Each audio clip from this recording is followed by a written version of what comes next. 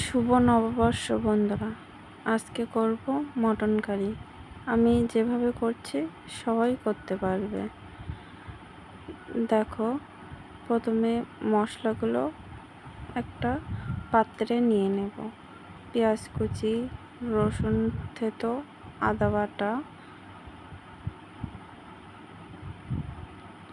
আর দিয়ে দেব লঙ্কা বাটা। সমস্ত মশলা হাতে বেটে নিয়েছি।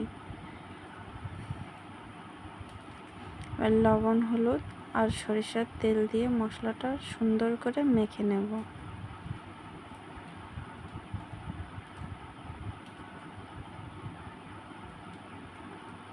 মশলাটা ভালো করে মাখতে হবে। দেখো, মেখে নিয়েছি। এবার এর ভিতরে মটনগুলো দিয়ে সুন্দর করে মেখে নেব।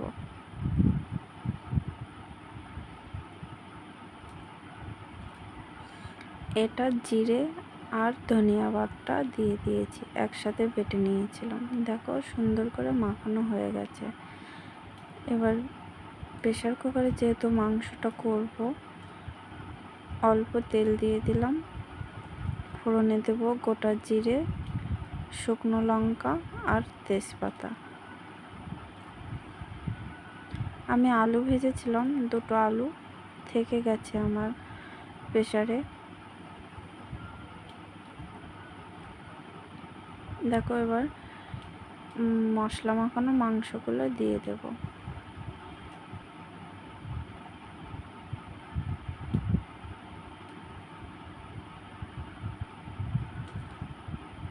মাংসটা দিয়ে ভালোভাবে কষিয়ে নেব।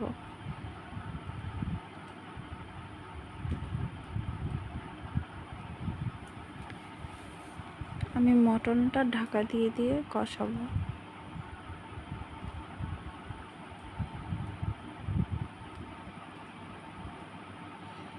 এভাবে ভালোভাবে মাংসটা কষিয়ে নেব। এখন অনেক বেশি মনে হচ্ছে, কষানো হলে তখন কমে যাবে।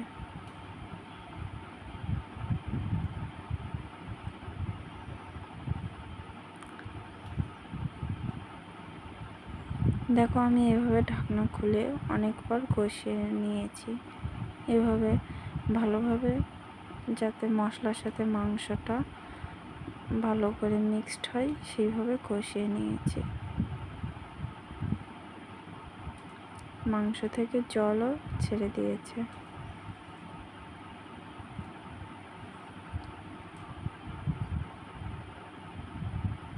আবারও ঢাকা দিয়ে দিয়েছি।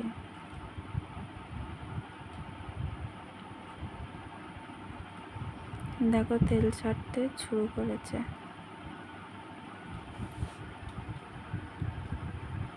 এবার আমি মশলা ধোয়া অল্প একটু জল দিয়ে দেব।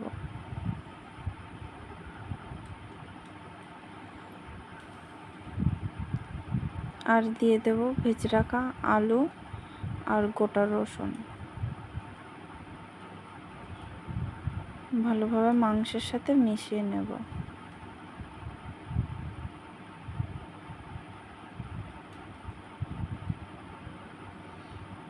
আর একটু গরম মশলা দিয়ে দেব।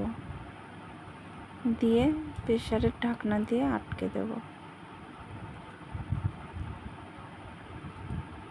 ব্যাস, এবার 2টো সিটি দিয়ে নিলেই রেডি হয়ে যাবে মটন কারি।